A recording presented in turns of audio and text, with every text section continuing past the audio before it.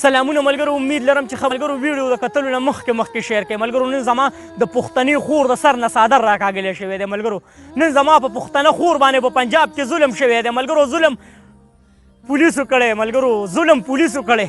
راځئ دا ویډیو وګورئ نو بیا درڅه خبرې کوم.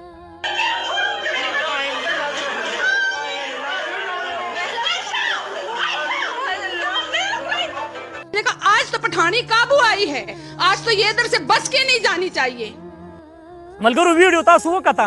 ملګرو زما پښتنه خور چا چې علم او دین خورو هغه د مدرسې نه په لتو رابار شوې ده. ملګرو سرتور سر یې رابار کړې ده، غوږونه یې ترې راشوکولي دي. ملګرو دا ځان ته نران وایي، نران. که ستا په لاس کې زور دی، که ستا په لاس کې وس دی، لاړ شه دا وس دی په هغه خلکو، دا زور دی په هغه خلکو باندې استعمال که کوم چې په سړکونو باندې ناست دی او دا چغې وایي چې زما بدن او زما مرضي. ته یې لبیله رالګې په هغه خور باندې ظلم کې چې هغه د دین رڼا خوروي، ته په هغه باندې ظلم کې. ملګرو د افسوس خبره خو دا ده چې زما دا پښتنه خور وایي دې پولیسو ویل چې ایله خو نن پښتنه په لاسو باندې راغله. دا څومره د افسوس مقام دی. ملګرو که پښتنه تاله په لاس درله خو نن به ته د پښتون زور ګورې چې پښتون څه شی دی، پښتون څه شی دی، پښتون څه دی. پښتون په خپله خور او په مور او د خپلې خور او مور په عزت باندې خپل سر ورکوي.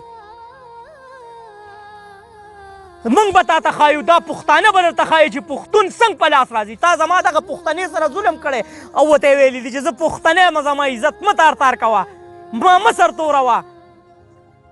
وایي د خپل عزت غم را سره. ملګرو ډېر د افسوس مقام دی.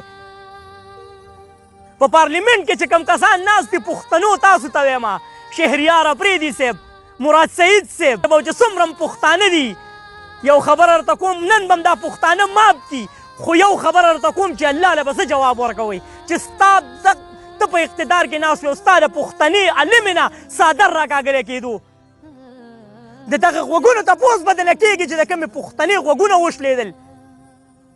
ملګرو ټول پښتانه موږ د دغې خور سره ولاړ یو. خورې موږ به ستا سره ودرېږو، ټول پښتانه به ستا سره ودرېږي. که ستا د سر نه څادر لرې شو موږ به ستا عزت راولو. یو خبره درته کوم چې څومره هم کتونکي د ویډیو د اور په شان خوره کوي، د اور په شان. عمران خان صاحب ته دا زما ریکویسټ دی، علي محمد صاحب، مراد سعید صاحب، شهریار صاحب، دې ټولو ته زما دا ریکویسټ دی چې زما د پښتنې خور غوږونه څنګه شلېدلي دي دغه شان غوږونه به د دې پولیسو نه شلوئ، دغه شان غوږونه به دې کټ کوئ.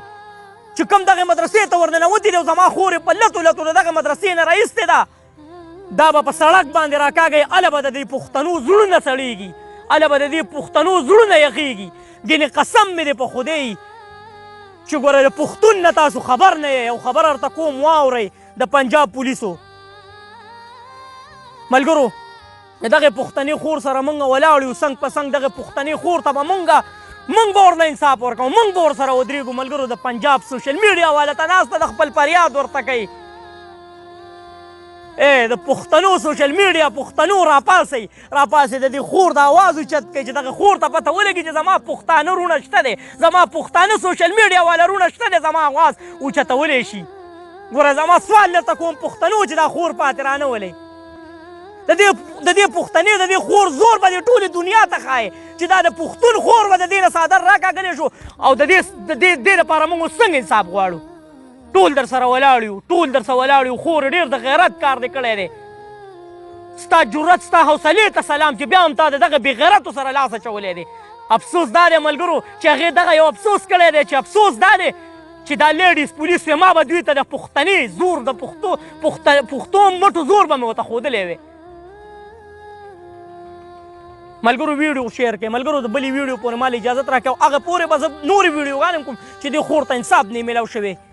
ویډیو شیر کړئ ملګرو، ویډیو شیر کړئ، د دې پښتنې خور سره ودرېږئ، دې غوږونو ته وګورئ. ملګرو ویډیو شیر کړئ، مال اجازت راکړئ د بلې ویډیو پورې. د لیو الله په امان.